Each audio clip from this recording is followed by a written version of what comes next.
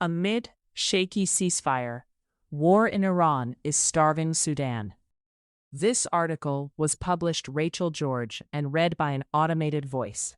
Published on April 9, 2026 on Just Security, an essential resource for those shaping a just and secure world. The anticipated reopening of the Strait of Hormuz under an April 7 deal for a 2-week suspension of U.S. airstrikes against Iran is already marred by confusion and uncertainty. Experts warn that Iran's continued control over the strait will still require coordinated international efforts to restore confidence. The stakes extend well beyond energy markets to humanitarian crises such as Sudan, where already catastrophic conditions are worsening. Since the United States and Israeli forces launched strikes on Iran on February 28, and Iran began retaliating with attacks across the region, the world's attention has been fixed largely on oil markets, regional escalation, and geopolitical realignment. Those are vital concerns, to be sure. But a quieter catastrophe has been unfolding in the interim, one measured not in barrels of crude oil, but in metric tons of food stuck in shipping containers in Dubai, and in pharmaceutical shipments rerouted around South Africa's Cape of Good Hope, and in the slow strangulation of a weakened global humanitarian system at the exact moment when aid is needed most in conflict and disaster zones around the globe. The Strait of Hormuz accounts for more than 20% of the global maritime oil trade, but it also is a critical thoroughfare for humanitarian logistics and supplies. That includes fertilizers, food aid, and medical supplies required for life-saving care and fundamental food security, supplies that fell sharply in early March with the waterway's effective closure. So, decision-making surrounding military action in the Middle East, including recent efforts to draw down conflict, cannot afford to consider questions of legality and lethality without simultaneous and serious attention to the knock-on effects, given the implications of humanitarian catastrophe and hunger for broader security outcomes. When a humanitarian logistics hub becomes a liability. The global aid system has long been under strain, driving an already brewing crisis that was compounded by deep cuts in international humanitarian aid spending of about 30% between 2024 and 2025 alone. The precipitous spending drop has hit some of the world's most devastated conflict zones, including Yemen, Sudan, Ethiopia, and the Democratic Republic of Congo. The Middle East and the Persian Gulf, so severely impacted by the Iran war, served a central role in the teetering aid system. Over 2 decades, an international humanitarian city in Dubai became the linchpin of global humanitarian logistics, coordinating crisis response while keeping costs low. Today, as conflict spreads and millions of people face hunger, with food insecurity especially high in areas of East, West, and Southern Africa, the humanitarian assistance community fears Dubai could become its Achilles heel. With container terminals disrupted, the United Nations International Organization for Migration reported that shipping firms were demanding a $3,000 emergency surcharge per container to move through the Dubai hub to recoup rising costs and uncertainty. The fertilizer shock is particularly alarming for food security timelines. Nearly 1/3 of the world's seaborne fertilizer trade passes through the Strait of Hormuz. The UN's Food and Agriculture Organization predicts no more than a 3-month window for action before risks escalate significantly, affecting global planting decisions for 2026 and beyond. Meanwhile, the Houthi movement in Yemen threatened attacks on additional shipping lanes, such as the Bab el-Mandeb Strait, the Red Sea, and the Gulf of Aden, as potential leverage against the United States and Israel. While follow-through attacks have been limited so far, rising threats and uncertainty essentially shut down every viable route. The oil price spike compounds everything. For humanitarian organizations, price increases translate directly into higher operating costs at every step, including transporting medicine by road and running diesel generators in health clinics. The International Rescue Committee reports that operational costs are up by as much as 30% in some areas, further limiting aid delivery. All of this compounds earlier budget hits. Income for the UN's World Food Program dropped by more than half over just 3 years, to about $6.4 billion in 2025, from more than $14 billion in 2022. The system was already running on fumes when bombs began to fall on Tehran.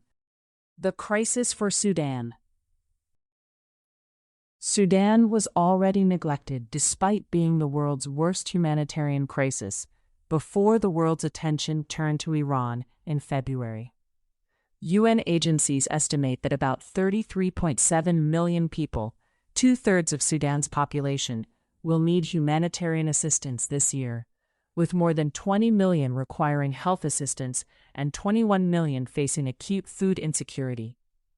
The World Food Program has confirmed famine conditions in western El Fasher, the capital city of North Darfur State, and southern Kadugli, the capital city of South Kordofan State, 2 key military flashpoints in the country.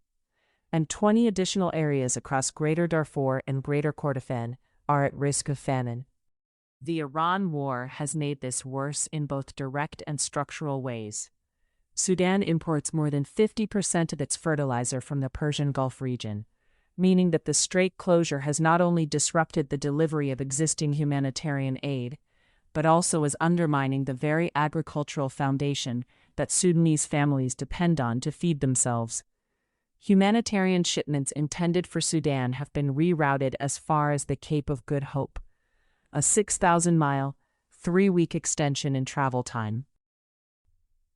The International Rescue Committee warned in March that pharmaceutical supplies worth $130,000 intended to support about 20,000 people in Sudan were stuck in Dubai, as disruptions to shipping routes delayed deliveries. Save the Children told the Council on Foreign Relations Think Global Health that almost $600,000 worth of essential medicines intended for 90 primary care facilities in Sudan were stuck in their Dubai shipping hub. The Sudanese people are paying the cost, including the country's women, who for years have been at the forefront of efforts to promote democracy and human rights.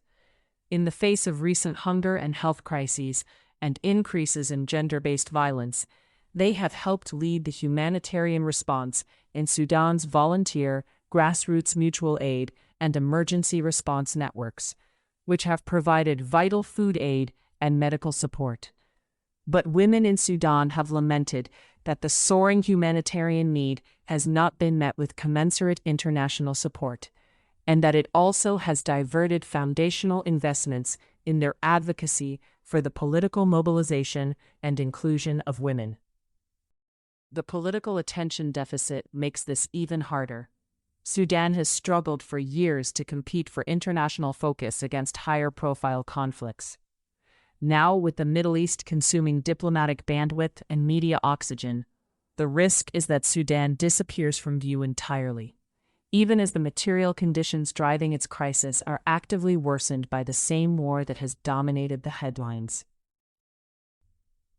Limiting the Iran war's fallout for Sudan. Once the world's largest humanitarian and foreign aid donor, U.S. cutbacks in assistance last year are weakening the whole system. Then, in December, the U.S. government committed $2 billion in humanitarian finance, mainly to be channeled through the UN system. But conditions placed on the aid immediately raised concerns about how meaningful that pledge will be. Furthermore, a year after gutting and later shuttering the U.S. Agency for International Development, which once channeled and coordinated most U.S. aid, though U.S. foreign aid still made up only 1.2% of the federal budget before those cuts. The Trump administration is still working to establish a new State Department humanitarian bureau. Decision-making about that initiative remains opaque. Without an established humanitarian bureau in place at the onset of the war, the U.S. was underprepared and poorly positioned to respond to the cascading global humanitarian impacts of the conflict. Urgent investment and capacity building within the new bureau are needed to prevent further escalation of crises in Sudan and beyond. Prioritizing the reopening of the Strait of Hormuz is crucial for humanitarian aid, given that it is likely to be a months-long endeavor, with Iran still holding control of the waterway and the global humanitarian system already straining. The UN has established some expert working groups focused on the passage of certain commodities and supplies, but specialists warn these activities have failed to consider a holistic view of humanitarian needs beyond particular supplies that have thus far garnered the most attention, such as fertilizer, at the expense of other urgent needs, such as immediate food aid.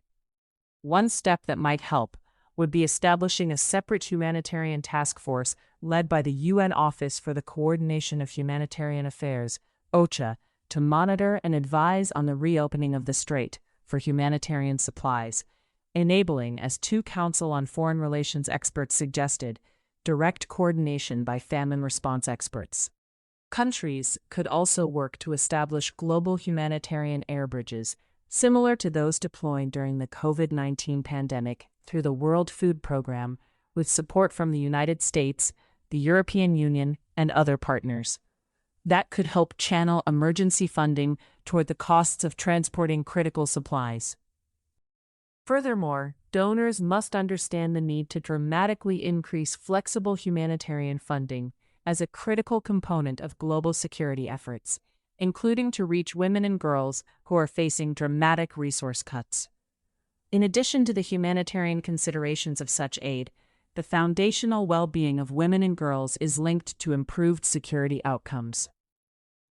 And Sudan cannot be allowed to drop from the agenda simply because the news cycle has moved to Tehran. Last year was the first time in the 21st century that two famines, in Gaza and Sudan, occurred in the same year. The number of people in catastrophic food insecurity is rising. According to the Integrated Food Security Phase Classification, an initiative of food aid organizations, Sudan's humanitarian response plans of 2026 needs $2.9 billion and has so far received only 5.5% of the necessary funds. That gap existed before the Iran war. It is now functionally unbridgeable without emergency action. The Iran war did not create Sudan's crisis, but it is accelerating it, deepening it, and narrowing the window to stop it. Thank you for listening to this article, published on Just Security. To stay up to date on Just Security's analysis of law, policy, and current events, go to justsecurity.org, subscribe to Just Security on Substack, and follow us on LinkedIn, Blue Sky, Facebook, Instagram, and Threads.